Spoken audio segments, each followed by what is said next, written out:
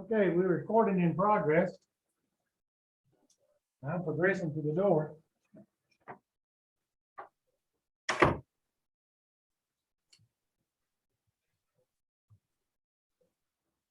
What's the name of this firm there? Recording in progress. Maybe. Let me see if I can make this a little bit bigger for me. That way I can see if anybody wants to come in.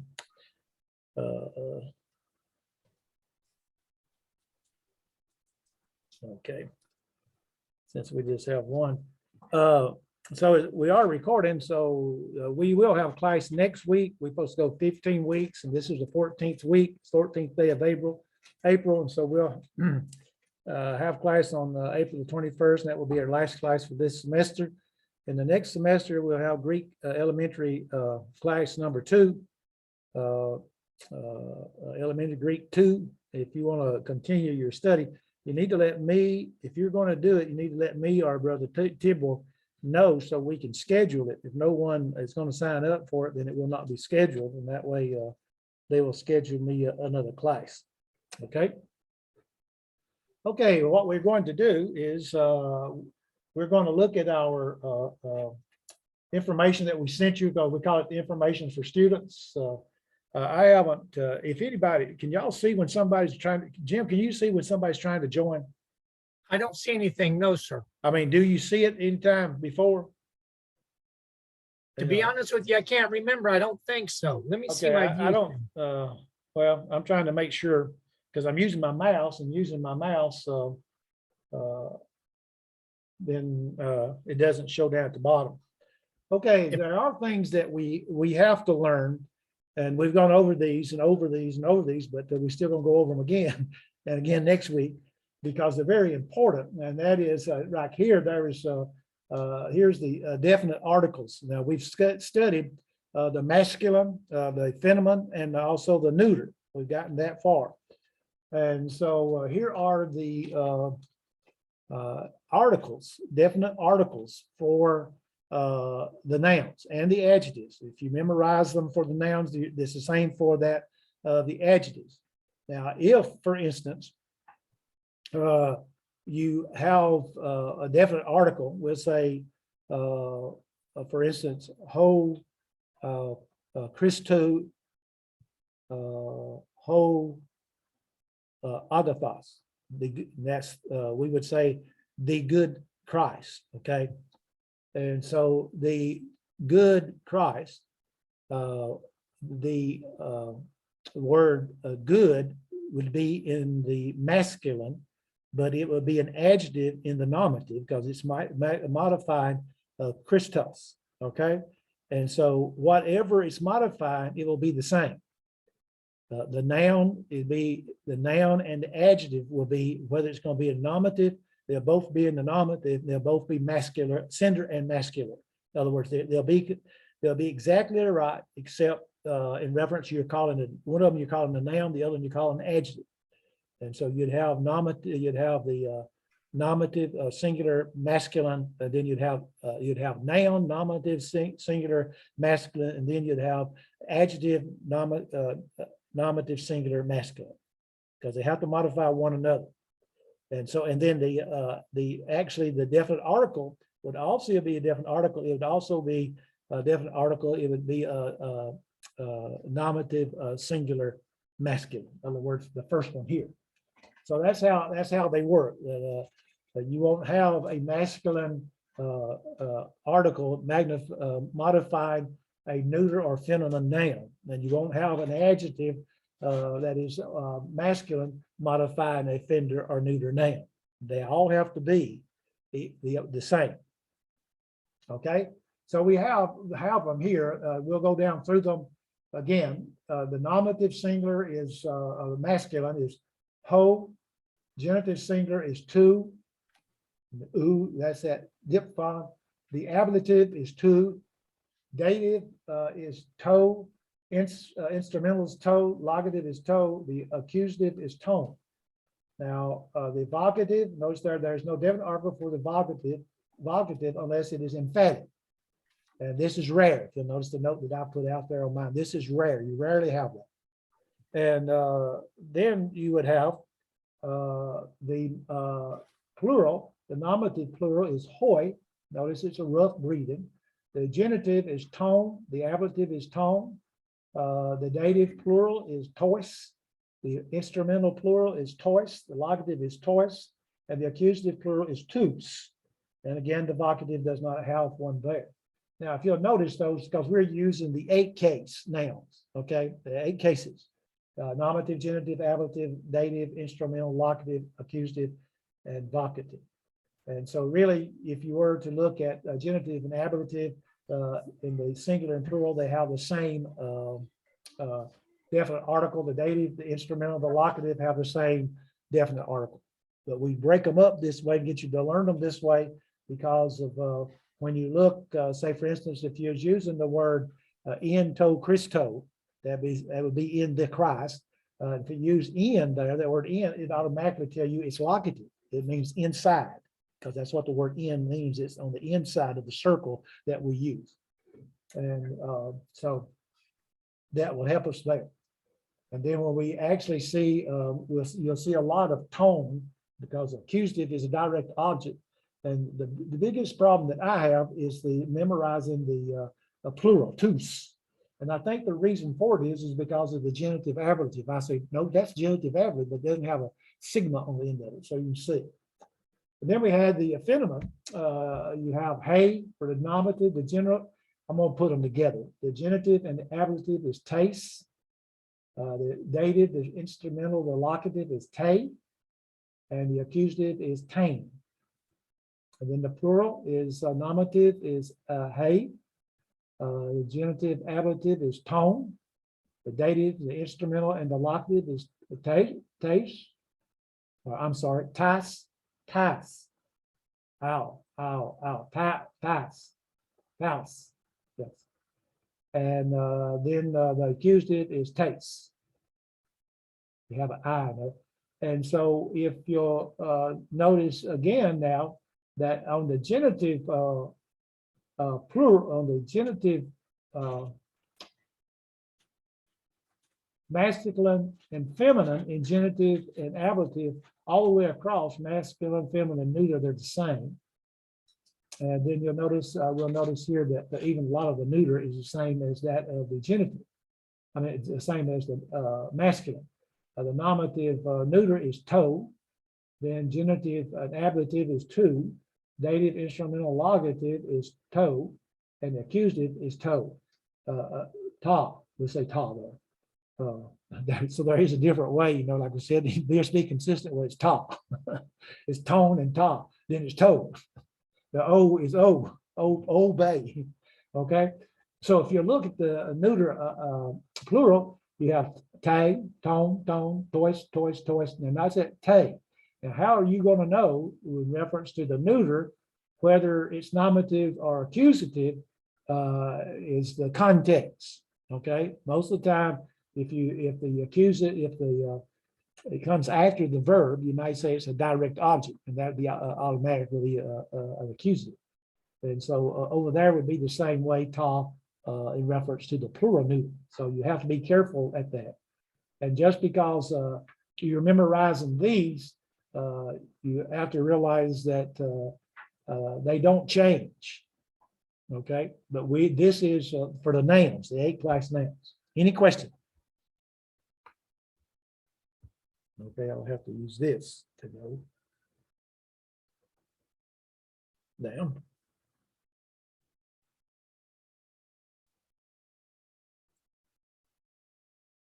Oh.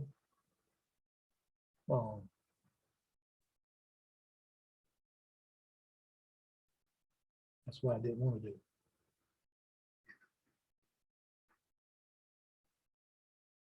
There you have on that information for students. You have also a lot of other stuff, especially some rules about the vocative and the loose about noun rules, and also the definite article. And those are very important, especially if you're going to maybe teach in a class and you're going to try to emphasize a definite article. You need to go back and kind of review these, okay? Because the definite article there, when you have a definite article and a preposition, like we would say, let's see, usually the same one, in to Christo, in the Christ.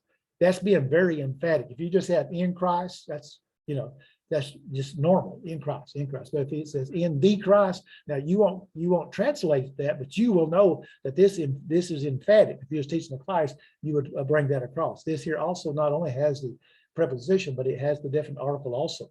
So it's emphatic. He's trying to get us to understand that he's trying to emphasize in the Christ. This is where you have all spiritual blessings or whatever you may be looking at. Okay, then we have the declension of the eta nouns of the first declension. This is what we started off with in the nouns. And so if you'll notice there, like I've said before, how that when you go down and notice, here's the definite article, and notice the end of the word. It's hey, haste, haste, hey, hey, hey, hey, hey, then hey, I got pay, on, us, toss. No, I'm sorry. A, on, us, s. You see those? They're always the same. So when you think about nominative, hey, agape, love, genitive, taste, agapes, of love. Now, see, this is the reason why we try to get everyone to understand the 8 cases, because taste, agapes, in the ablative is from love. Okay. And then in the dative, you have te, agape, to love. Then instrumental, te, agape, by love. And then the locative, te, agape, in love. And then te, agape, just love. And the vocative, agape, same as the nominative, oh love. Now, oh, not O-L-D, oh, love. Okay. And then the same will be when you look at the plural, as we would say, the prepositions over here, of, from, to, with, in. So right here we say instrumental in the singular would be by love, and over here in the plural would be with love. Now, sometimes like this word here, if the word in love, if the word in is there, the preposition in, not the English, the preposition in, epsilon nu, if it's there in the singular, it's in love, and if it's in the plural, it'll be with love. They change also. So what did I get to? Okay. Hey, agape, loves, tone, agapon, a genitive plural of loves, tone, agapon, ablative from loves, pas, agapas, two loves, pas, agapas, with loves, pas, agapas, in loves, taste, agapes, loves, and then again the vocative, agape, o loves. I know that that's not would be the way we would say from loves, but the idea is to get across in reference to the first declension. Any question? Just remember, if you know the different article, just remember like the genitive and ablative have the same definite article, dative, instrumental, locative have the same definite article in the singular and the plural. That group will have the same. The only difference in them is that they're not singular and plural. Now, the alpha stems of the first declension, the alpha preceded by epsilon, iota, and a rho. And so here's the word day. And so we have nominative, hey, mara, the day. Genitive, taste, hey, marais, of the day. Ablative, taste, hey, marais, from the day. Dative, te, hey, mara, to the day. Te, hey, mara, with the day. Now you notice here, well, go on to go back. I'm gonna go back now. Notice what here. It was by. See, so you have that word by or with that's there, and so here he used the word with the day.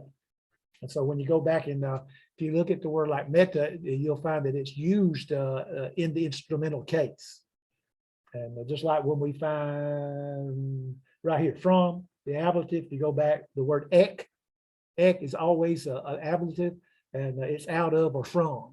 And so that's one, seems to me that because it's out of or from, then that's the way the ablative is agency. So then you have the locative te hamara, in the day, accusative tain hamarain, the day, and then the vocative hamara o day, the plural, hey hamara, the days, tone, and the genitive hey maron, of the days, tone hey maron, from the days, ablative, taste hamarais, to the days, taste hamarais, with the days, taste hamarais, in the days, and tas hamaros, the days, and hamarai, o days. Again, notice the definite article, but you have to remember on this, on the a stem of the first declension, if it's preceded by epsilon, iota, or a rho, that's an R, then you this is the way that it goes. The endings, the endings here, like it's taste hey marais, it's not taste hey marais, hey taste. So if you go back, you remember now, you go back, see, taste agapes, it has the same endings, but in your alpha stems of first declension, it takes on the A, the alpha. It goes to os, on,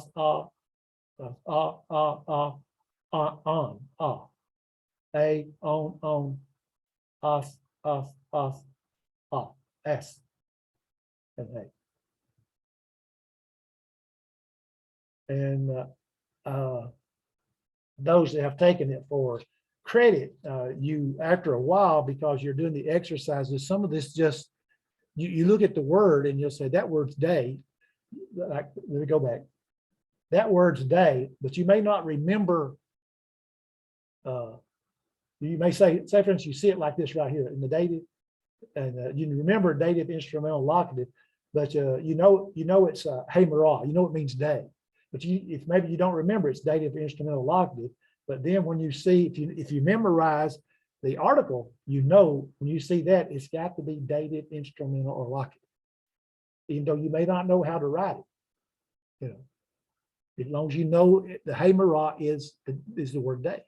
And I catch myself doing the exercises that I can sit down and I can go down through there and just, because just going over what we've gone over, we're in lesson 12 in my class that I'm taking. And it's just amazing really to go back from lesson 1 all the way up to lesson 9. If any of those words show up, I know what they mean, even though I can't sit down and maybe go through all the declensions and so forth, or the conjugations of the verbs and so on, but I know what they mean. And so I just usually write that down. Then I go back and look at the context and see all the other things. If it's like Jesus says, then that word says there is going to be a verb, present, active, indicative, third singular. So I know that because he says, Jesus, he says, you know, and so those things just come because if you do the translations. Okay, then you have the A stem, the alpha stem of the first declension, A alpha preceded by any other letter. Then this is the way that it goes. It's hey glossa, notice the A. Now, you go back again up here, now you got an A, right, alpha, but that's the first declension preceded by epsilon or rho or iota. See, you see the rho there. But down here, you have the sigma, but you notice it's the A, but when you get to the genitive, taste, glosses. Notice it's picked up back like the phenomenon. Remember the phenomenon, back when we first started, the first declension and the phenomenon, that the definite article, they used the endings of the definite article, and you'll find that here. But see, when you look at that word there, you wouldn't think about that being a first declension noun because of this. Hey, glacé, the tongue, taste, glosses, of the tongue, taste, glosses, from the tongue, te, glosses, to the tongue, te, glosses, with the tongue, te, glosses, in the tongue, tang, glossane, the tongue, glossa, o tongue. Then in the plural, hey, glosses, the tongues, tongue, glosson, of the tongues, tongue, glosson, from the tongues, taste, tas, glossas, to the tongues, tas, glossas, taste. I'm sorry, I get that mixed up. Taste, glosses, to the tongues, and taste, glosse, with the tongues, and taste, glosse, glosses, in the tongues, and then tas, glossas, the tongues, then glosse, O tongues. So you can see the differences when we look at the first declension nouns, and these are all in the phenomen. Now, these first three are phenomen. So you have that, you see the phenomen article, okay? The phenomen article is used in every one of them. But just because it has a taste in front of it, then you don't put a eta sigma on every one of the words, like because you have to remember the stem. So here, the stem right here is hey ma ra, hey ma ra. That's the stem up, ra. Hey mer, ra. Hey mer, up. Hey mer, us. See, but there's some changes. Okay. And then if it is perceived by any other letter besides the epsilon, the iota, and the rho, then it picks up just back the way it was in reference to your, except for the nominative and the vocative in the singular. But over here, it's just exactly like the phenomenon. Definite article. Then you have the second the declension of nouns. That's the omicron sigma os. These nouns can be either masculine or feminine, and sometimes that's kind of hard. But if you are going down through there and you're reading about the way, okay, Jesus says in John 14:6, I am the way, the way. Then what is that? Well, it's here we find in the nominative, it says that it's hey hodos. Well, we have a phenomen article right there, and then we have a masculine ending. Right? And so that makes the difference of that. So you have the second position noun. These can be either, as we said, masculine or feminine. And so these here are feminine. Hey, odos, the way, taste, hodu, of the way, taste, odu, from the way, taste, odo, to the way, te, odo, with the way, te, ode, odo, in the way, tain, odon, the way, ode, o way, the plural, ha, odoi, the ways, tone, odo, of the ways, tone, odon, from the ways, taste, ode, odos. Notice that hodos different. They're different endings. To the ways, taste hodos, with the ways, taste hodos, in the ways, tas hodus. Notice that oops there. The ways. And so then hodoi, always. And then these, if we look at this, they can this is set up for the masculine noun. Philos means friend. O philos, the friend. To philu, of the friend. To philu, from the friend. To philo, to the friend. To philo, with the friend. To philo, in the friend. Ton philon, philon, philon, phi or phi. Just be consistent. Okay, the friend. To me, it looks better to say phili, philon, philos. Because that's what we used to, it was agape, philos, neros. So phile, O friend. Then oi, philoi, the friends, ton philon, of the friends, ton philon, from the friends, tois philos, to the friends, tois philos, with the friends, tois philos, in the friends, tus philus. Now notice that, the friends, okay? But now go back up here, you'll notice here, taste, this is feminine, taste odus. They see the ending there? So the ending down here. So if you were looking at those two words and you just made that one up there, you knew, oh, well, that's feminine. And you come down here, if you didn't look at the definite article right there, the definite article is right there, then you ought to know that is masculine. Okay. Then the second declension neuter stems in the omicron. The word here is work. So ergon, the work, to ergo, of the work, to ergo, from the work, to ergo to the work, to ergo with the work, to ergo in the work, to ergon the work, ergon. Then notice here again, ergon without it, because ergon up here don't have a different, or o work. Te erge, the works, ton ergon of the works, ton ergo, ergon from the works, or tois ergois to the works, tois ergois with the works, tois ergois in the works, ta erga in the works, and then the vocative erga o works. So you have to make sure that that you can separate the first and second declension nouns, especially the first declension because they're all feminine, and you just have to watch the endings. But then your first and second, your second declension, they can be either masculine or that of feminine. Then the third declension nouns is what we'll take up later, and they're kind of fun.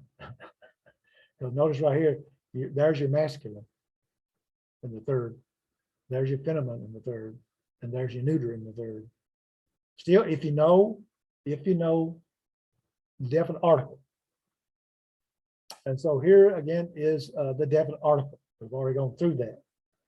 So what we usually try to do is we say ho, to, tone, oi, tone, tois, tus.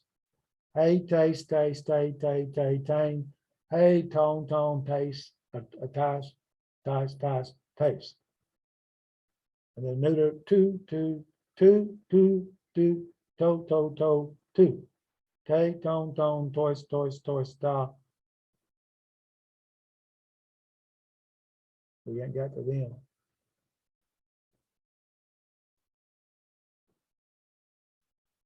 So we don't have those. I think they have them marked.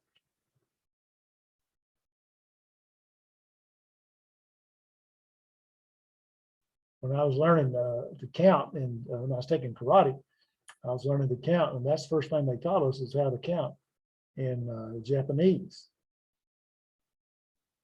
All right, I think Carrie one time wanted to know about all the different, we have studied the present active indicative, the present middle indicative, the present passive indicative.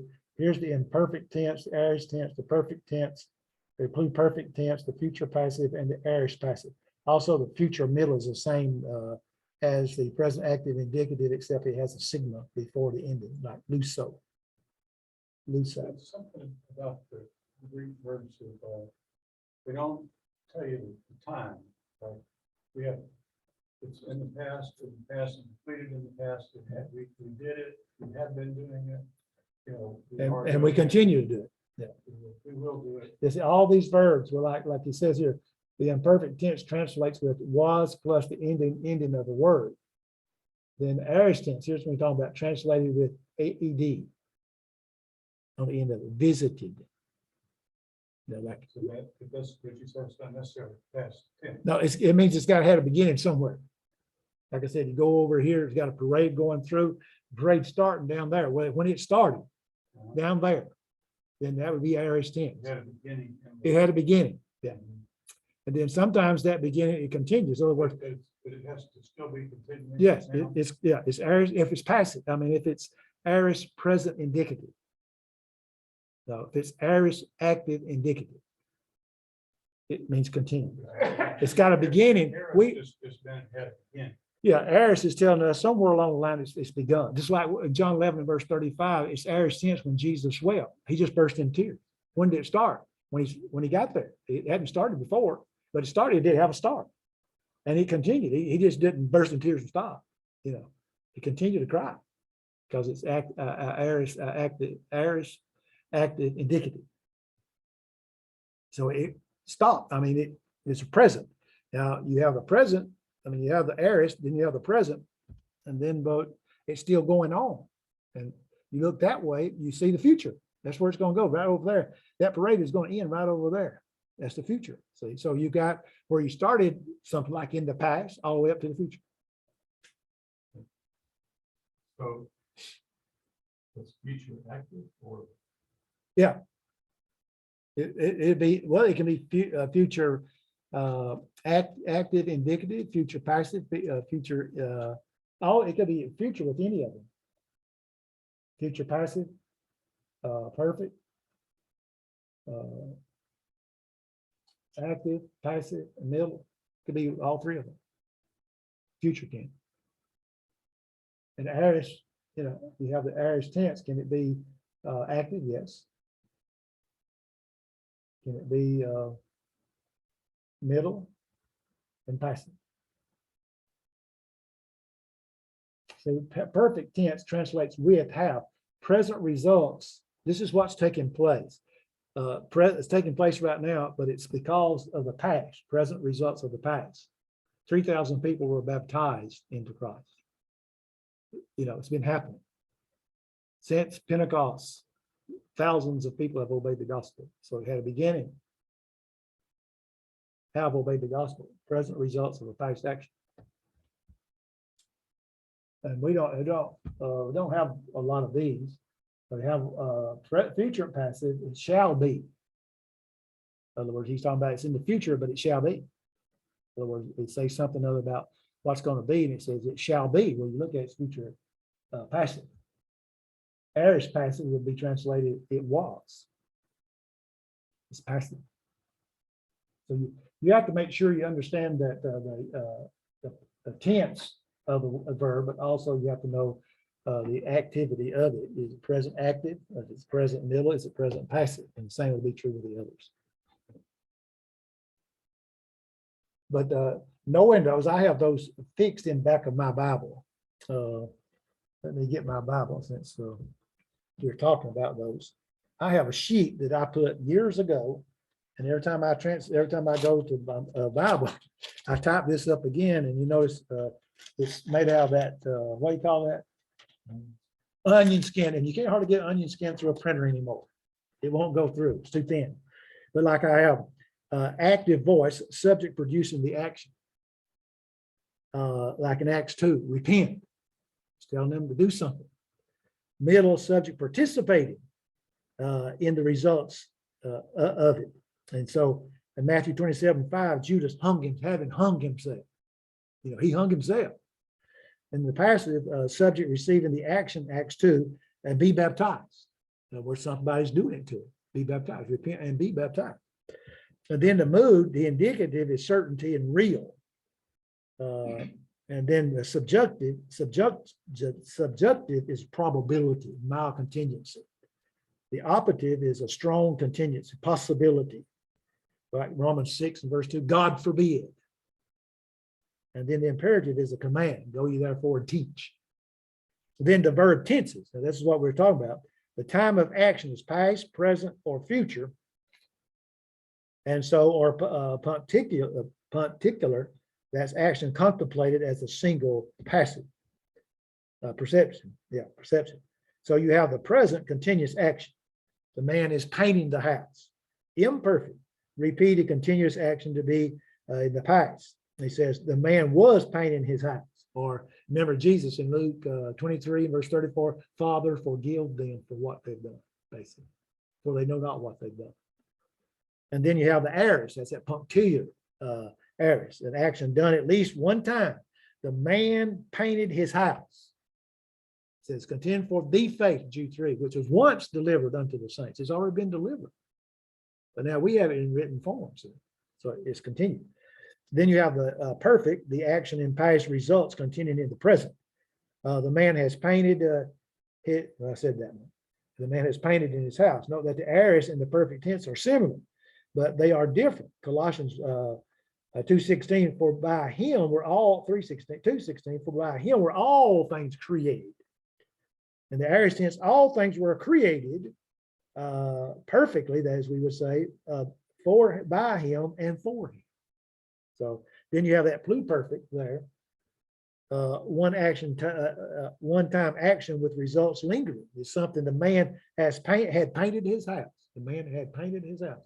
Well, he got it painted, he's through with it, but it's still light. So it's painted.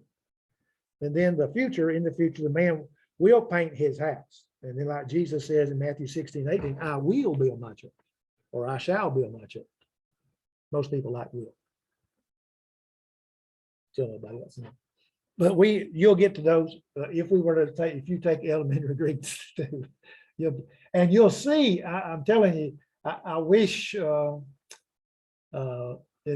I teach, if I don't teach Greek, I don't know what I'm gonna teach next semester, he hadn't told me yet. If we don't make this class, I'm gonna teach one. If it's a New Testament class, what I'm gonna do is when if you're in my class, where you be in there or not, that I'm gonna try to point out some of these things and how important they are. Just like John 11:35, Jesus wept. It's aorist tense, he burst into tears. It makes a difference. Because most people will say, well, did Jesus cry before he got there? He knew he was dying. When we know somebody's dying, somebody's telling us he's dying or he's dead, sometimes we burst into tears right then, right? I can remember the night that my son and his friend, they played baseball together, and they was running around together, and for some reason or other, they had other friends too, and they was going around with them. My son left, and I thought he was with this other fellow. And I got a telephone call from my daughter. She says, Daddy, where is Jonathan? I said, well, he's at another friend's house. She said, are you sure he wasn't with Randy, we'll say? I said, I know. I said, why? She said, because he just got killed. Got hit by an 18-wheeler, didn't stop, killed him. And I just burst into, because he's like a son does. His mother was called up for Desert Storm. He stayed with her, just like another son. They're the same age, played ball together, went to school together, And so that's, we learn what these different verb tenses and all what it means by looking at passages. Okay, let's see. I want to say, we don't need to know that. I think that's all of it. He talks about in that student pack, he'll talk about the 5 versus the 8, and you might want to look at that. Now, here's our verbs that we talked about, and I think Carrie mentioned this too, and that's the reason why I marked this. Let's see if we can get this. Let's see. This is active indicative, okay? You have the present active, imperfect active, future, first, second aorist. Now, second aorist, I'll just tell you, is most of the time is translated like the present. There is a distinction that's made between the first and the second. All right. We can see that much of it anyway. Probably if I could, we're on Jim, can you see that good? Can you see that real good? You have to say Yes. something. You have to say something because I can't, I'm always looking at I see it. you. Yep. All right. Tell me when you don't see it. Y'all see it? Good. Yep. Carry you the furthest away. I was trying to get them all, but I'm not going to do that. Let's just stick with the present. Okay. Let's just pull it down to just the present. Okay. All right. Here's the present endings of the verb of luo. Any Greek book that you get, grammar books you get, luo is the word they use. Okay. And actually, in one book, they'll have a place in the very back. For instance, if you're getting ready to take the test to get your degree in Greek, it shows you everything you have to memorize. And luo is the word. There's other words because luo is not found in some of the tenses. Okay, the verb paradigm. So here it is. It's the singular and the plural. It's like it's luo, lues, lue. Luete, luus. So it's luo, I lose, lues, he lose. No, you lose, you singular lose. The word you would be singular, you lose. Lue would be he, she, or it lose.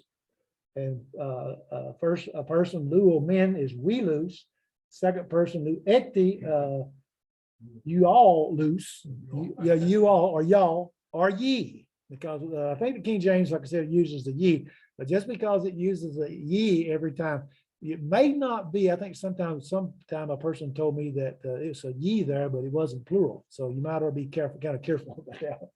But then luusi means they lose. Now notice that you have a nu there. That's called the immovable nu. If it's the word luusi, the next word is, we'll say the next word is iluo, then it will have a movable nu because of the two vowels. Okay, they have a movable nu. All right. So that's how they're translated. Now, again, what's good about it, because of this is what we've done, that this time we're going to put the passive and the middle and the passive together, because we've studied both of these, but they're the same. Yeah. Right. So it's like luamai. Luamai is the singular, and it would be I myself loose. I myself loose. Lu-a, you yourself loose. In other words, you see what it's doing, it's middle, you're involved in it. That's the whole idea of the middle. We don't have that, because usually in ours we'll say, well, you know, I did that to myself. That's what we'd say. But there it says, I myself loose. You yourself loose. Where are we at? Right here, Lua. Luamai, ones I got covered here. Luamai, Oh, okay, no, middle. middle, yeah, middle. Then Lua, then Luete. Notice the difference. The endings on these. You have to memorize the endings for the middle indicative and the passive indicative. But Luetai means there he, she, or it, whatever self loose. You know, he loose for himself. Then Lu Ometha, Amatha, Lu Amatha, we ourselves loose. Second plural, Lu Este, you all yourself loose. Whatever you're gonna have to put yourself in there somewhere. Then, no, I'm sorry, you. We's here.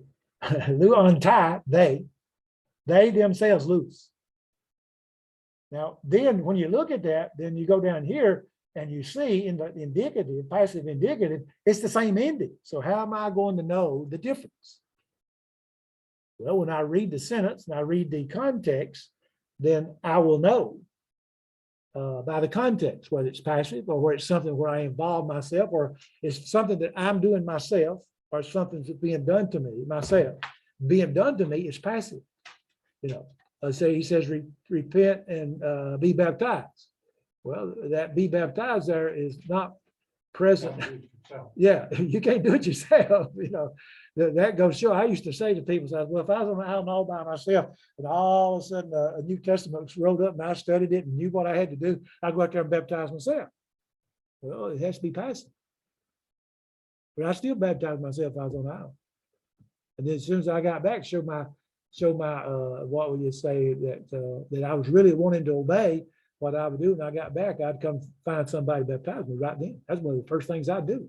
If I found somebody, matter of fact, if y'all swimmed out there, or if y'all was on a boat and y'all found me and everything, after I've been there 10 years, and y'all come and I said, Jim, Frank, Gary, one of y'all baptize me right quick. You know, that would show that you really want to do what was right. But most people don't realize that it's passive. Like he says, repent and be baptized. Repent is active. That's something you got to do. And he says, he that believeth, that's something you got to do. And is baptized, that's something's got to be done too. So it's very important if you know that when you're reading it. It's like singing. When we sing, I'm singing to God. I am singing to God. I'm not singing to you. You may hear me, but I'm not singing to you. And I may hear you, you're not singing to me. I'm singing to God. That's what it says. You know. And so when you look at that, you have to make sure that we understand what we're doing. We're singing to God. We're not there entertaining one another. We're there singing to God. You know, you've probably been sitting next to somebody that couldn't care a tune in the bucket, you know, but they sitting there doing the best they can. And they're singing to God, because it's not 4-part harmony. They didn't say sing 4-part harmony. He told us to sing. And so we sing. Basically, a lot of times back in the Old Testament and New Testament times, they chanted. It was like chants. But, it was, everybody would do it. Like we have songs that has parts. So sometimes when you get ready to study passages, and the difference between the passive, the present indicative, middle indicative, and passive indicative, and you come across those words, the passage means more when you look at it. Because in a lot of places when you're reading it, he'll say something other, you say, well, that's passive voice. That means somebody's involved in this. And you look for in the context, see who's involved, and you'll find that God's involved, or that Christ was involved, or that it was just members of the church that were involved. Okay, so in the passive, luomai would be I was. I think that's what the word they use. I was baptized. I was loose. Lu a, you was loose. Lu itai, he, she, it was loose. We probably say we're loose because there's three things there, but you get the point. Lu amatha. I don't know when I look at that, I want to say lu uthapa, but lu amatha, the first person plural. We were loose. Second person, lu esthe, you all were loose. Then third person, lu entai, they were loose. So you see the difference. There's a difference between they were loose and they themselves were loose. There's a difference in those. A big difference. You're acting, then the other one is somebody's acting on. Any question? Now, one good thing about it is, now I'll get off the record. We got one more class. If you had a Bible like mine, a Greek Bible, or if you had the Logos program and you have Newberry there, that's what I have is Newberry. He'll have these symbols out here like V. That's a verb, present, active, infinitive. Okay, you look in the front of these things, they'll tell you what they mean. But when you see that, and then when you're looking at what's other, Right now. this is a verb, it's present. I mean, where are you reading that? You said the Bible? In a interlinear Bible on your computer. They now on the computer, they identify the Greek word for you up here, not whatever the Greek word was, alpha, beta, gamma, whatever it may be. They identify it up under. All right, see, I know what that is when I see it, that it's an infinitive. And then they'll say verb, it's always verb, present, active, indicative, third, singular. I know what it is.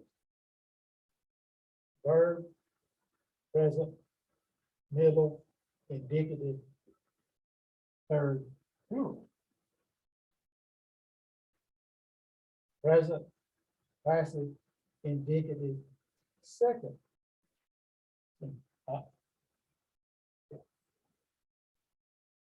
Second person, singular. So you see those, and if you learn those, because you're going to see these endings anyway, that's on there, that was just gone over. They're going to be on there. And yet, if you have that interlinear in the Logos program, or even on the eSword, or you may get you can buy Greek text. You don't have the root word, but it'll have the Greek word up here, and it'll have this down at the bottom of it. If you know what these mean, then you know what where that position of that verb is, according to that of the Greek. And so, but it's good. I like Newberry's in the Logos because it does that. You can put everything you want on that thing. You can translate, it can be the Greek word that's in the Bible, then you can it'll do that, then it'll tell you what Strong says, what another Greek fellow says, and then it'll put down the root word there and transliterate it, give you the English translation. You do anything. Only bad thing is if you're going to copy and paste, make sure you fix it the way you want it, because if you copy, it's going to put everything on your piece of paper. Okay. In other words, you'll probably end up with something like this: 6 things, like that. English and Greek together. Okay. So the thing of it is learning the use of some of the things that we have.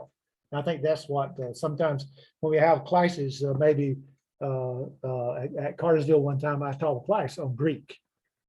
And that's what we did. We basically, we found where we bought Strong's Concordance for $5 a piece. And so we ordered everybody one. They paid for them, everybody paid for them. And we went through and showed everybody how to use And then there's other things we just passed around and said, well, you could use this. But now most of us have computers. I mean, we have phones that's got it on there. We got a tablet or a computer that has those things on there. And if you know how to use them, it's just like I have somebody calls me. I have a friend of mine. He and I went to the Logos seminar and learned a lot of things. And he forgets and I forget. And he'll call me or I'll call him and say, tell me how to do this again. And I just recently found that on your you're looking for something other on Logos, you go over here and it has a little search thing. You hit search and a little window coming right there. You go over there and you'll see the typewriter part, this part. You hit that, and you click right beside it with a little arrow. It drops down. It has that, but it has Hebrew and it has Greek. And if you sit there and you know how to hit symbols over there, and you type in like the word agape, and say you type it in with English, then you can highlight it and go over and hit the Greek, and it'll put it in the Greek, and you can hit like that, and it'll search new there and pick out every time where that word is used. Not just the the different ones. I'm not talking, when you put this word right here in there, it's going to look up every one of them. But when you put luo in there, it'll find every one, because luo is the root word. And if you've got the root word on Newberry, if it's been used 2,000 times, you're going to get 2,000 hits. Okay, that's how the things we have today that we can study about. Okay. Now the infinitive, what happens with the infinitive? Luain, lueste, lueste. Okay. Now, later on, we're going to find that in some other of the verbs that these will change. Some of these will change. And so you just have to learn, like I said, when you look up on some of these Greek things, that they'll have VPAN. That's one. Then they'll have VAAN. That's an aorist. That's a present. And then they'll have VMAN. That would be the middle. They'll have all of those in there. But you have to look up. You actually on Newberry, if you got it on the computer, you actually can put VPAN up there and hit it on Newberry, and it'll pick up every one of those in the Bible. And if you're studying, and you want to learn, to me, the present active infinitive, it can mean like the das game. That's the word teacher, teach. Is to be a teacher. That's why you could translate it, to be a teacher. That's what it means, to be a teacher, or to be teaching. That's the way it works. Okay. Now, I think that's as far as we go. I guess I'm not right. This word came up the other day. This word came up the other day on one of the exercises, and it just blew my mind. Because you remember, here's the word, and I told us over and over that when you go to look up this word, you're going to have to look up that word right there, poio. Right? And then you'll find all these others under it. Yeah, it's one of the contractions. And I just, for some reason, it just blew my mind. I couldn't find what I was looking for, but I finally figured it out. But the contractions, and here they are. Here's that paradigm for poem. If you were going to say, for instance, you were translating some of the exercises we have, and you remember, oh, there's a paradigm for poio in our book. Well, you just turn over to the book and you find it wherever it is. Right here, the only thing we have gone through is the present, the middle, and the active. Present, middle, and passive. I'm sorry, we already done the active. Okay, if I'm not mistaken, that will be it. This right here is what we'll learn next week.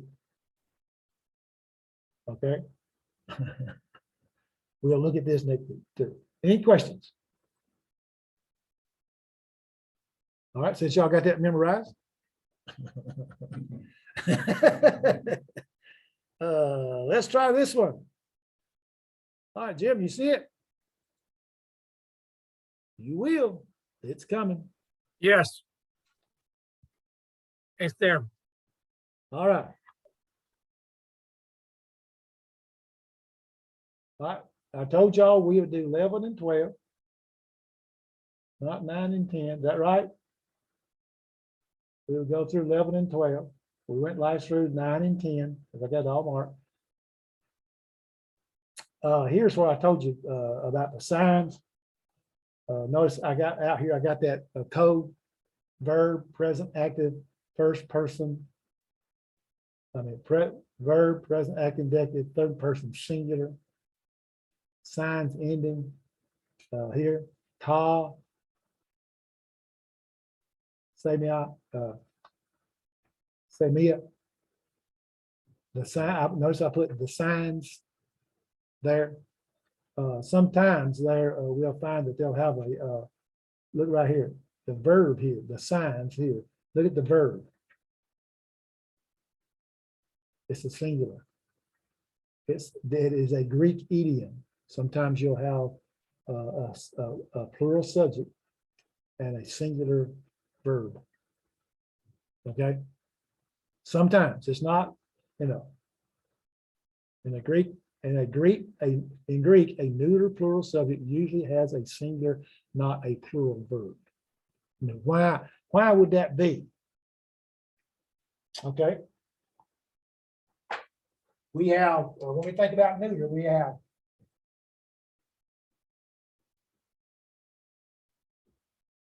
right? That's what we have. And so when you look at that, the signs there, he says, bear witness of me. The signs, bear witness, see, the signs. And so their neuter is grouped, is the point. And the neuter is grouped because you don't know. It's grouped together there. It's he, she, or it. So the signs there, even though if we were to look that up, it would be in neuter. And so he gives us a singular noun. These signs bear witness of me. Bear witness. Marture. Now, it could be, if it was going to be, if we'd say they, it'd be martu ra. Martu a. Martu amatu. Martu esta. Martu anta. Martu anta, but it's singular. Okay. Let me see if I added anything else. I don't think I did. I didn't point this out right here, this little thing here, DIM. That's a diminutive. You know what a diminutive is? It's a lesser word. In other words, you take a word like biblios. Do what?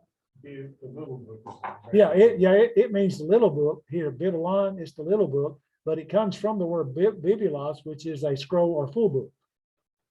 In other words, it's sometimes a lesser. You hear sometimes people call this, well, it's a diminutive of, and they'll give you the word biblos. It's a diminutive of the word biblos, and so that's what they're meaning. It's biblos is the main word, and this is a little bit less than that.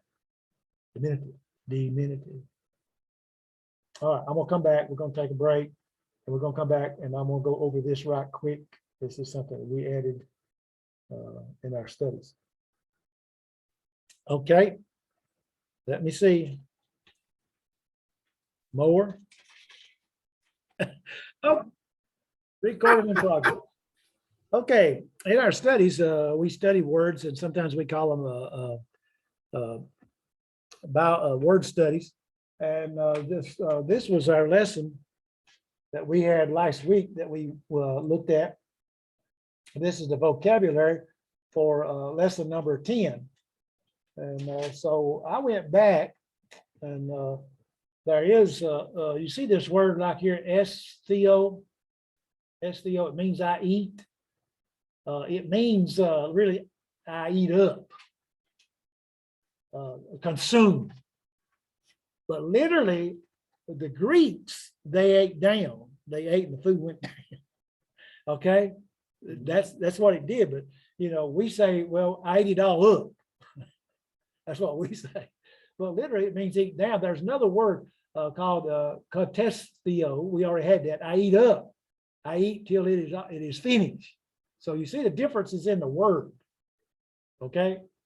Estheo, and then the word katestio. Yeah, katestio, I eat up. But that really means literally they eat down. In other words, they eat and it goes down. We swallow it. Okay, literally that's what it means. But when we translate I eat up. I thought it was kind of funny. Not funny, but something weird. And then in the Old Testament, there's different Sabbath days, because one of our words is Sabbath, the Sabbaton right there. And it means Sabbath means rest. So there was the day, the seventh day. Then there was the seventh year. Then there was the Jubilee, which was 50 years, 749s and plus one. And then also the Day of Atonement, 7 weeks and one. Okay. And then another word, we had a couple of words here this time. Let me look down through here, right here. Paidion, to. Notice it's neuter because it's called an infant or a child. And then we had the word teknon, to, a child. And so when we look at that, according to the Greeks, this is, here's one of these diminutives. You see here, teknion is a diminutive of teknon. That was our word, teknon. See, teknon. So we put both of them down here. And if you have your Bibles with you, you can look this up for yourself. The paidion is a diminutive of pas, a child, boy, or girl. Now in Luke chapter 2, 42 and 43, and Luke chapter 3 and verse 23, Jesus is referred to as paidion. Paidion. He's a child. He's 12 years old. Okay. It signifies a little or young child, Matthew 2 and verse 8. Now, teknion, used only figurative, diminutive of teknon, a little child. Teknon. Oh, wait a minute. Did you say neophyte? Do I? You didn't say neophyte. No. And then in Luke 2:48, teknon, Luke 2:48, is a child, and it gives prominence to the physical and outward aspects. Huios, the word son, it gives prominence to the inward, ethical, and legal. That's the idea of the use of the word in the Greek. So the idea came up while we were talking about this in my class that I was taking, is that that's the reason why we don't baptize paidion. Don't baptize infants because they're not told to be baptized. And not only that, but it's interesting that Jesus was 12 years old here. And let's see here. Let me go back to Luke 2:48. I forget what it says. I'm getting old. Dirt. Getting old dirt. I didn't say old as dirt. Now I said old dirt. Luke 2:48. Print. I have to have my glasses. It says, so when they saw him, they were amazed, and his mother said to him, son, notice there, son, and why have you done this to us? Look, your father and I sought you anxiously. And so he uses the term there. I'm trying to look at the wrong place. He uses the word when he says, his mother said, son, that's the New American Standard. It's the word teknon, child. He's 12 years old. And he calls him a child. So that ought to help us to try to understand how these words are used. Because when you go over and look at the qualifications of elders and deacons, you need to look at the word there. Talking about children. And see how this works for them. Sir. One is how is the word Christ pronounced in Greek? You say El Christos? Christos. CHRISTOS, Yes, Christos. Christos. No, El would be God Christ, God Savior, God anointed.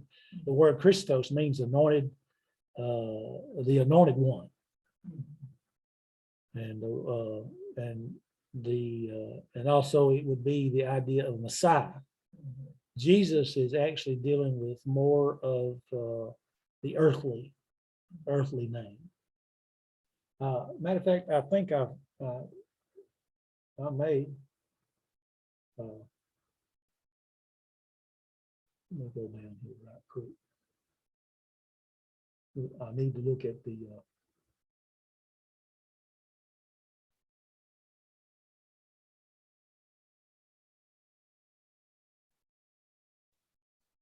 Made it back here.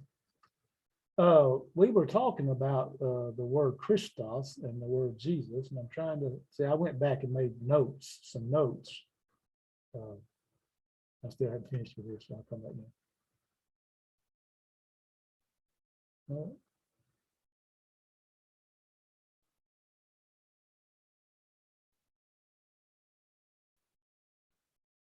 No, it's not there. I might not have put them down.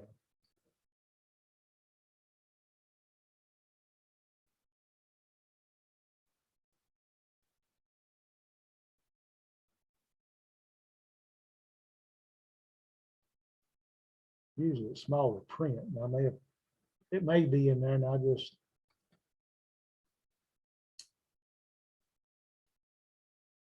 But most time we look more at Jesus as being his earthly name and Christ as being the divine Messiah, the anointed. Okay, so you see these, and so here's a word, dutes, an unborn child, fetus. That's the way they say that in the Greek thing. Newborn child, an infant, a babe. And then also gay pi edzo, an infant, little child, a minor not of age. Those are the different words that are used in the Bible in reference to that of a child. I don't see the word Christ there either, do you? I know that okay. Okay, any questions?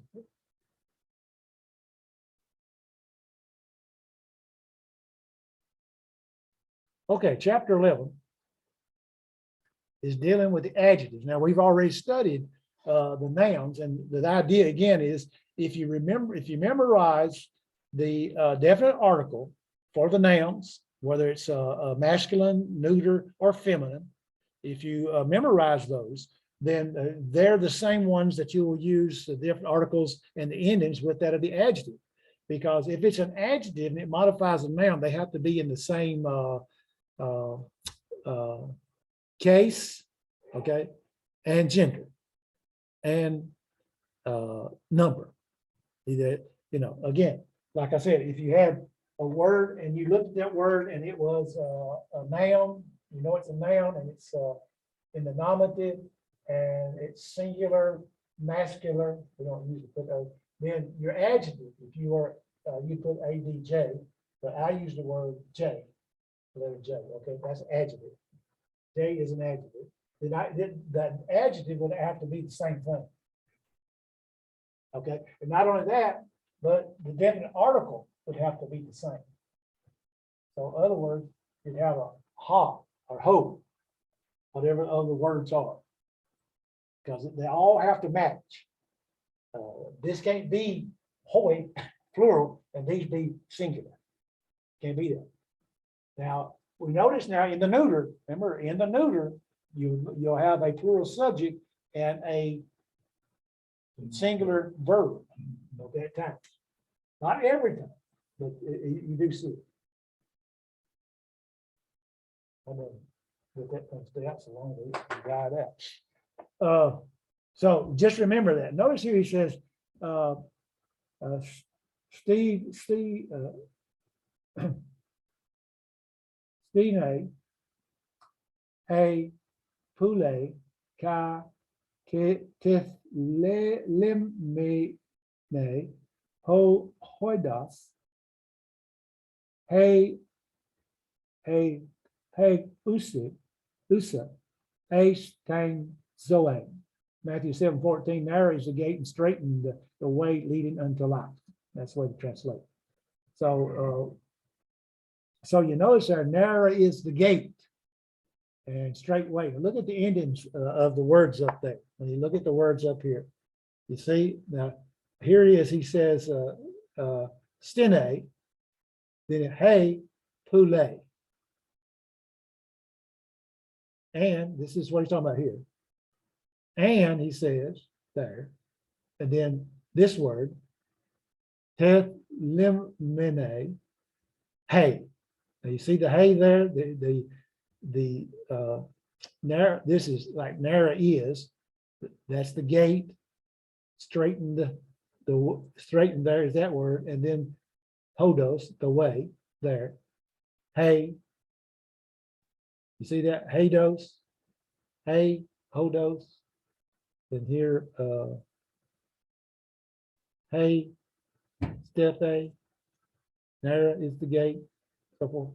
You see that 1, 2, 3 definite articles. The narrow is the gate and straighten is the way leading unto life. Notice here, it could say the life. Leading to, straighten. Adjectives. Now, adjectives of the alpha and omega declensions. Adjectives are words which limit or describe nouns, pronouns. For example, the good man, the man is good. It says the same thing. The good man or the man is good. And so in the Greek adjectives, they agree with the substantives, that's the nouns or the present nominative, which they modify in gender, number, and case. So thus, they are inflected in these respects. Adjectives are cited by lexicons in the nominative case for the 3 genders. Okay. Other words, you're going to have when you go there, agathos, agathe, agathon. Good indicates that the full forms of the adjectives in the nominative are agathos, agathe, and agathon. And so you'll see that when you look in a lexicon. And so they are declined the same way the nouns are declined in masculine, feminine, and neuter. It will be seen that the adjective of the 3 terminations whose stems end in a vowel are declined like nouns of their declension. Masculine, agathos, and neuter, agathon, like the second declension. Feminine, agathane, like the first declension. The feminine has an alpha if the stem vowel is preceded by epsilon, iota, and a rho. Micros, ha, micron, small, otherwise, hey. So some adjectives, especially compounds and polysyllables like do natas, home, unable, have only 2 forms, the masculine and feminine being alike. Okay, the masculine and the feminine. Because so if we were to see something one there like this, then we're going to say, well, that os there is masculine, but you remember os also can be feminine in some declensions of words. So again, if you're looking at words and you're using a lexicon, the lexicon is going to point that out. You'll have this word, do natas, then it go outside of there, we'll just simply say, it's going to say adjective, nominative, first, nominative, singular, masculine. Then it'll have do natas, the same one, and it'll say adjective, nominative, singular, neuter. And you look at it, you say it's the same word, but you have to, again, the either the definite article will help you, or the noun that it's modifying will help you, or really the context. You know good and well, if you was talking about something that's a quote it, that it's going to be neuter. If he's going to talk about if it's a woman or a female, and she said she is, then you would know that it was feminine, even though it had an os ending. So remember that the endings os in nouns may be either masculine, anthropos, man, or feminine dokos beam. Only by consulting the vocabulary or the lexicon can determination of the adjective be ascertained. So you can memorize those things, but again, like he said, is that you go into the lexicon, you can find it. And I've showed you the lexicon. I think I brought the Baxter's lexicon in and showed you that one that I have. On the Logos program, they have 3. Mine has 5 because I've added 2 outside of the Logos program. That is Baxter's and Brother Fox made up his own. But Brother Fox doesn't have the declensions and contractions and so forth. So here is the declension of agathos, agathe, and home. And you notice again, and they're kind of, to me, they're kind of simple. And I say that to me because if you memorize the definite article, this is not hard to know. In other words, say for instance, if you were looking here and it says ho agathos anthropos, the good man, as we would say.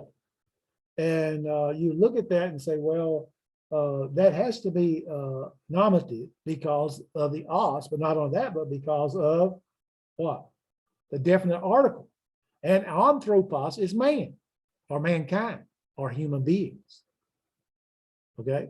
And so you would figure that out that way, but then when you start looking at some of the others, you would have to make sure, we go down to genitive or ablative, agathu, it would say there, we would go to agathu anthropu. Okay, so of the man, the good man, of the good man, of the good human being. Okay, that's what you would say. But how would you know whether it's masculine or that it's neuter?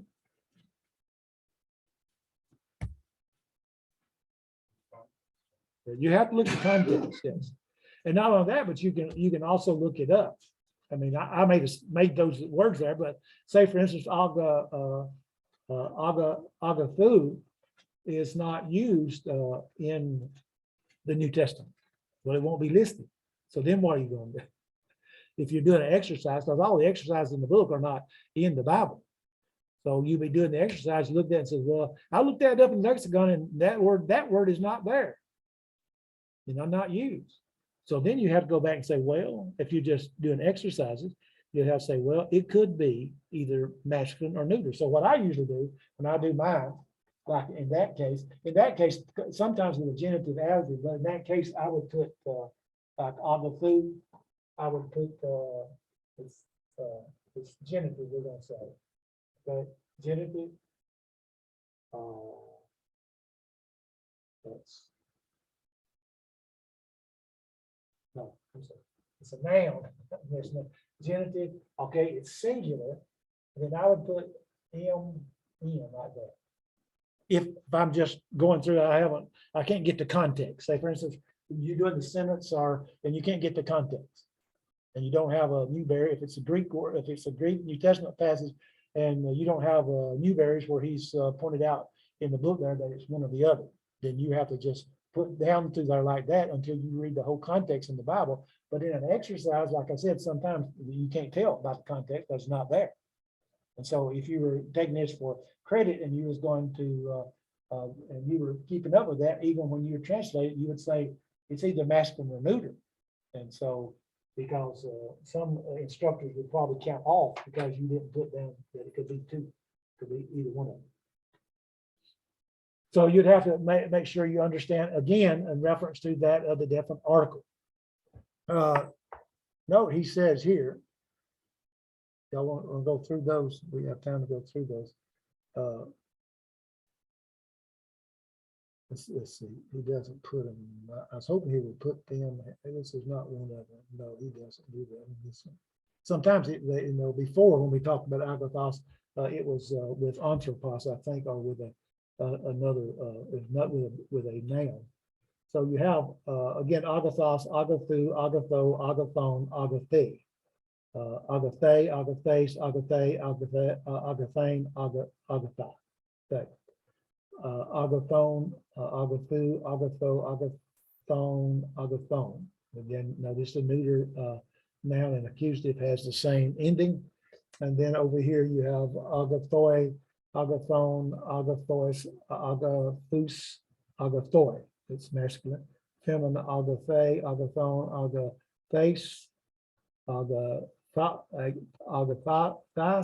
agathes, agathe, agatha, agathon, agathois, agatha, agathon. And that's neuter. If you look at the neuter plural, how many can be, what would it be if you were to be doing that one?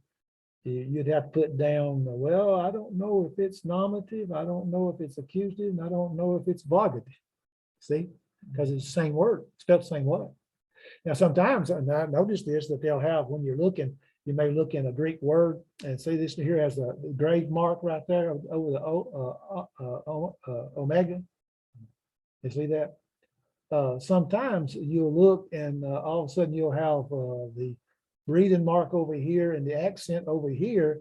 And maybe next time the word may be a same word, but it'll have the grave. And so you have to look in the Greek text if you're doing it from the Bible, or even the exercise, you have to look and see what the marking there is. Because that really is a hint of what the word's supposed to be. That's the way it's pronounced. It says, note carefully, the accent in the nominative case must be learned from the lexicon. The accent of feminine adjective is not like feminine nouns of the first declension, but like the masculine. Thus, ablative of protos first is proton, not is proton, not proton. You get that? Remember, we have protos is proton, not proton, because you put emphasis where the accent is right there. So here it's it's grave, protos. That's the ablative. Proton is proton, not proton. Proton. Y'all get that? Yeah. Yes, the accent. Now, if you take a class of this, say for instance, if you was going to be a Greek major, you actually, when you do the exercises and so forth, you had to make sure you do the right accent. When you do your test and graduation and so forth, or dissertation or whatever you do, all those accents have to be correct.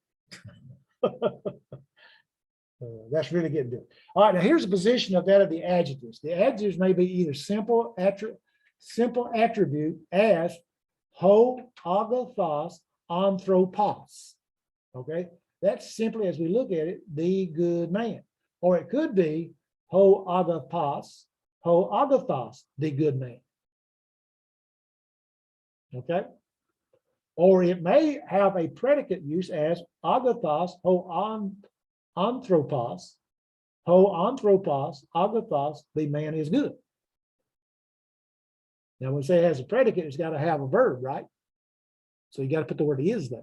The man is good. Make it sound right. You could say the man good, but it's the man is good. So here it is necessary to note the position of the words. In the attributive position, the adjective always follows the article. In the predicate position, the noun follows the article, but the adjective does not. If there is no article, the context must decide which use the adjective has. Again, it gets back to the context as we look at it. So there, ho agathos, anthropos, or ho anthropos, ho agathos, the good man. That's the simple attribute. Or it may be predicate. Agathos, ho anthropos, agathos, the man is good. You see the difference? You notice the adjective may be either simple attributed, it has two definite articles. And if it's going to be predicate, you notice it has just one in one place and one in the other. But up here where it says You don't translate both of these, the man, the good, the man. The man is good. So in the phrase, agathos, ho anthropos, the man is good, the Greek verb estin, like I said, next week we'll talk about ami. The Greek word estin is unnecessary, though permissible. The predicate position has the force of the copulative verb to be. That's ami. That's the word ami. We'll talk about estin in every one of you have the first person, second person, third person, singular, first person, second person, third person, plural. And notice the predicate position has the force of the copulative verb to be, is. Okay, but if it be plural, it'd be are. So he says here, study carefully these. Now watch, because see, some of these are passages from the Bible. Ta erga ponera estin. The works are evil. Now, estin, let me show. Estin is singular. You notice that? Ta ergon. So what would that tell you about ergon?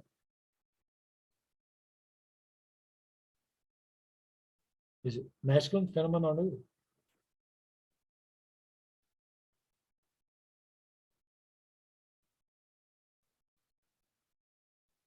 Ta is neuter, nominative, or adjective, accusative, plural. So here it's the works. It's the nominative. It's the subject. Porene is the present. So we would say that would be nominative, a predicate nominative. So that'd be a noun. The evil works are. So that would be an adjective in the predicate noun position. In other words, it would be a J, as we would call it, for adjective. And it would be adjective, adjective, nominative, first, nominative,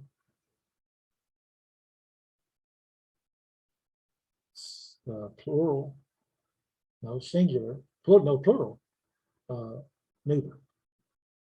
Let's stop and think of it. In S10, again, like I said, that's third person, second person. They make the works are evil. Now watch it here. This is Revelation 6 and verse 2. Edu, he hippos, Lucas, behold, a white horse. Revelation 6 and verse 2. Behold, he says, a white horse. Notice he's put the word a in there. Then here, Hios, pote, comma, ho, des, that's a D, des potes, ho agios, kai, alethinos, until when, O holy and true master, Revelation 6 and verse 2. Now, notice the until when, notice what it says, O holy and true master. And so holy and true modify master, the master there. And notice that taste, hagios, alethios, until when, O holy and true master. Now, what's master?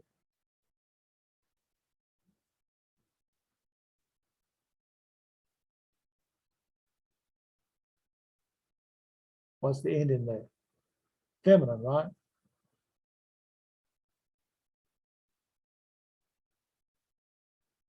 So you have agios as an adjective and alethios as an adjective. And so the master is holy and true. Then Romans 7 verse 12, ho pneumos, hagios, the law is holy. So if you notice there again, the law, us, feminine, hagios, feminine. Ho logos, gar, ho to staru, for the word of the cross, 1 Corinthians 1:18. For gar, notice this here, post positive, it's not first, even though we translate first. For the word of the cross, or the word of the cross. So I don't see, oh, right here.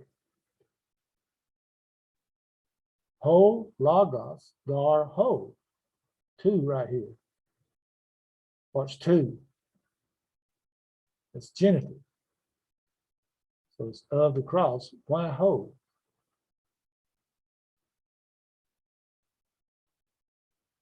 Should be what? Two. So the, trying to think, the two cross. Oh, I got it. For the word. For the word. For the word. He's got two definite articles there. Can't remember what we said about that. Okay, then here's this word. Holos. Holos, the adjective holos is an exception in its position. In the New Testament, it never has the attributive position following the article. You go all the way back to paragraph 73 there. Where's that word? Like there's no end to these rules. I tell you, yeah, it's right here. The rules that they have there, the position. The position of the words, you have to notice them in the attributive position. The adjective always follows the article. In the predicate position, the noun follows the article, but the adjective does not. If there's no article, the context must decide which use the adjective has. And so he says here, agapeses, agapeses, kurion, ton theon, su in ole, te cardia su. Thou shalt love the Lord thy God with thy whole heart. Matthew 22 and verse 37. So see, he uses the word here from holos. The adjective is the exception in its position. In the New Testament, it never has the attributive that is following the article. There's the article. See, again, coming back up here, this is what happens right here. Ho logos gar ho, to strong root, for the word of the cross.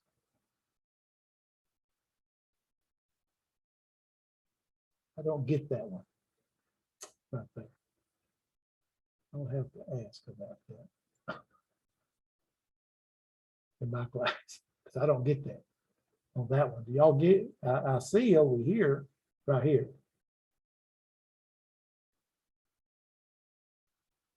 You know, where he talks about master, the master.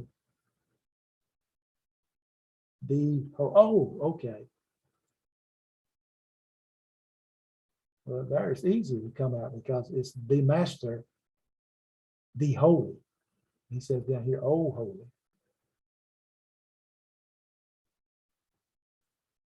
Okay. I don't think I can figure that out. Ho logos gar ho, that he's emphasizing for the word of the cross. For here, right? The word for thee to the cross, of the cross. That it's got a double nominative definite article. That's all I can see. Okay, notice that though the adjective is attributive in meaning, it is predicate in position. When you go down through here, he says in hole. The adjective is attributed. I mean, why is it attributed to what? Thou shalt love. And he says in the meaning, it is in predicate position. Love what? Thou shalt love what? The Lord with all, Lord thy God with all thy heart. Now, the adjective as a noun, the adjective is often used with the article in the sense of a noun. For example, presbyteros, older, ho puteros, the elder. Same word. Now here's this word here, we've had it in the neuter and in the feminine. Hoi loi, many, hoi loi, the many, the common people. Then agathos, good, hoi agathoi, the good men. You find a lot of these in the New Testament. You look up there and you say, I can see the good, but how do I know that's men? It's because it's in what? Masculine. Sometimes even whole sentences are turned into substantives by the article, and he gives a list of those. And I'm not going to read them there. The whole sentence are turned into like nouns. Maybe we ought to just read this one right there. Look at Romans 8, verse 26.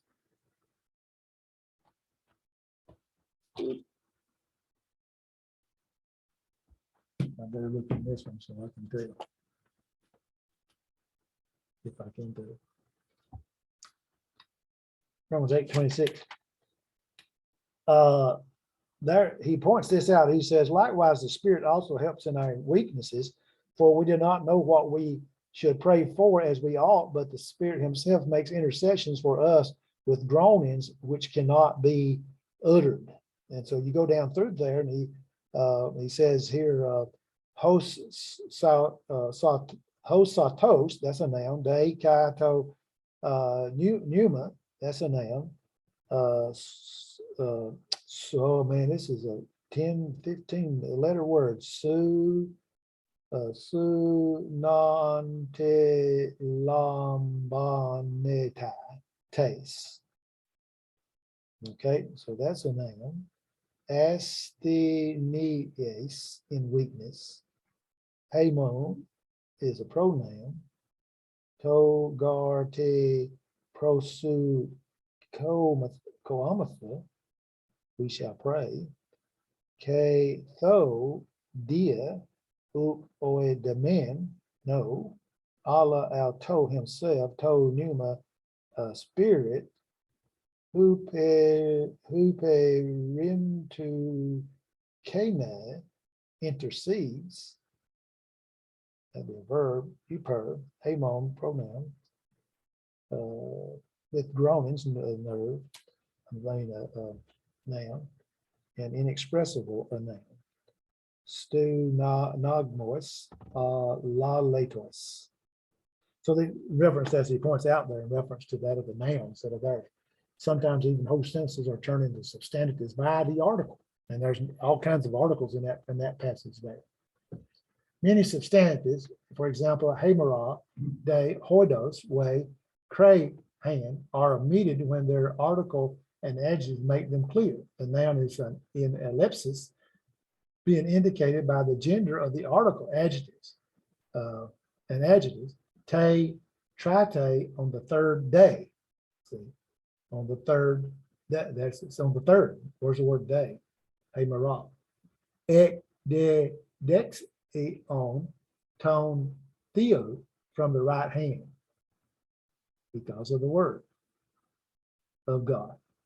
Tame, rain, the dry land. Notice they put those words in parentheses, and in your interlinear, you'll see that too. They'll put them in parentheses when they're done that way. That's the standards. The article with the adverbs and preposition, adverbs and prepositional phrases in the attributive position are often used like adjectives. The examples: to new Keru of the present season. RK to new until now. Ta dia to nomu, the things through the law. O into Asia, the ones in Asia. Hey ecclesia, hey in Jerusalem, That's the church in Jerusalem. Now go back. Adverbs and prepositional phrases in the attributive positions are used like adjectives. Note the following examples. Notice he says, "Ooh, of the present season." And then here, until now. See the two there. Where's the two? The of. Then you have the ta, dia, ta, definite article, dia is preposition, and then two. So you have the, through, of, law, the things through the law. Hoi, definite article, in, then another definite article, preposition, then another Asia. So he says the ones in Asia. So that's one of those, again, like Carrie says, another rule. When you look at it, you have to realize what it's doing, what it's saying there. And when we have our class on some of these, we don't, a lot of times in our exercises, like my exercises are down below. And when we do the exercises, I sometimes forget some of those rules up there. And so then I am corrected when I go to my class, but I can translate. So then our vocabulary here, if you notice, alas, alase, ho, other, another, of the same kind. That is a very important word. Jesus says that the Father is going to send a comforter. And the idea there, when you look at it, you're going to find the idea is another of the same kind. I mean, he's deity. In John 14, 15, and 16, they use that word. Agathos, agathe, ho, good. Agapetos, agapete, agapeton, beloved. A decos, a decon. Now, what does that mean? It means that this is a masculine and a feminine word. Context will bear out which it is, because both of them have a awesome end of it, but it's also a neuter word. Unjust, unrighteous. So it's unjust woman, it's going to be that same word. Unjust man, it's going to be that same word. But the word following is going to help you tell what it is. Then you have here the kaios, the kai a, the kaion, righteous. Dexios, hey, dexi, hey, dex, hey, dexi, dexion, right. Ingus, ingus, ingua, inguo, near. Escantos, escante, escaton, lash. Dios, idea, idion, one's own. And notice that possession. Kopos, kopu, ho, labor, toil, trouble. Kakos, kakon, bad and evil. Kalos, kale, kalon, beautiful and good. We've already had this word also in the other way. Kairos, kairu, ho, season, opportunity, the fit time. Now, how would you understand to translate that would be according again to context. Macros, we all know what that is, macro, macron, small, little. Monos, mone, moon, only, alone. Misthos, misthu, oh, reward, recompense. Here it is word holos, hole, holon, ho, always in the present predicate position. In other words, it's after the verb. This word always after the verb. Ukete, no longer. Pistos, piste, piston, faithful, believing. Poneros, ponere, pono, pay, ray, on, evil. Protos, prote, proton, first, as an adverb, also in the accusative singular. And tritos, trite, triton, third. All right. There's my translation. We won't look at those. I haven't got that far there yet. Okay, number 12. Irregular verbs. Wow. Okay, here, this is the word, what I was talking to you about earlier. Watch this, echo ame. Echo is I. Ame is I am. I am. Me fo baste. It is I, be not afraid. I am, be not afraid, he said. John 6:20. Notice he talks about the my verbs. My, right there. All right. Now, Greek verbs are treated in two conjugations according to the endings of the present indicative active first person singular. All the verbs studied thus far in the omega in this form are called omega verbs. The other type is called the me verbs or my verbs. How do we say that? Just be consistent. Verbs begin because it ends, its ending is my or me. These verbs differ from the omega verbs in the present and aorist systems and all other systems. The conjugation of both types is alike. The endings are the older form of the primary active endings of me, sigma, and C for T, min, T, and AC. These forms omit the connected vowels omega, omicron, epsilon, and add the endings directly to the stem. The short value of the stem usually occurs in the plural. The stem is often reduplicated with an iota in the present stem. There are two types of stems. Number one, nu stems, and number two, hey or omega stems, representing original short value vowels. Now, here is the present indicative of the me verbs, the conjugation of ta, fe, me, stem, fe. I place, di, do, me, did, do, me, stem, do, I give, and his, te, me, I stand, are. So here he says, here are the way that you would translate all three of these words. Okay, ti, the, me, I place, ti, face, you place, ti, face, he, she, it place, plural. Ti, the man, we place, ti, theatic, you all place, the AC, let's see, yeah, the AC, because that's not a diphthong, they place. The infinitive is the tine, to place.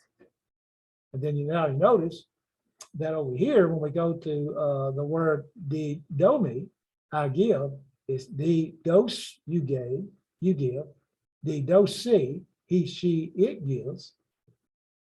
The domin, notice the difference in the endings there.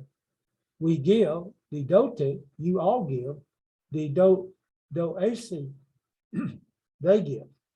Then his tame, I stand, his state, is taste, you stand, is taste, he, she, it stand, is tamen, we stand, is tate, you all stand, is te, see, they stand.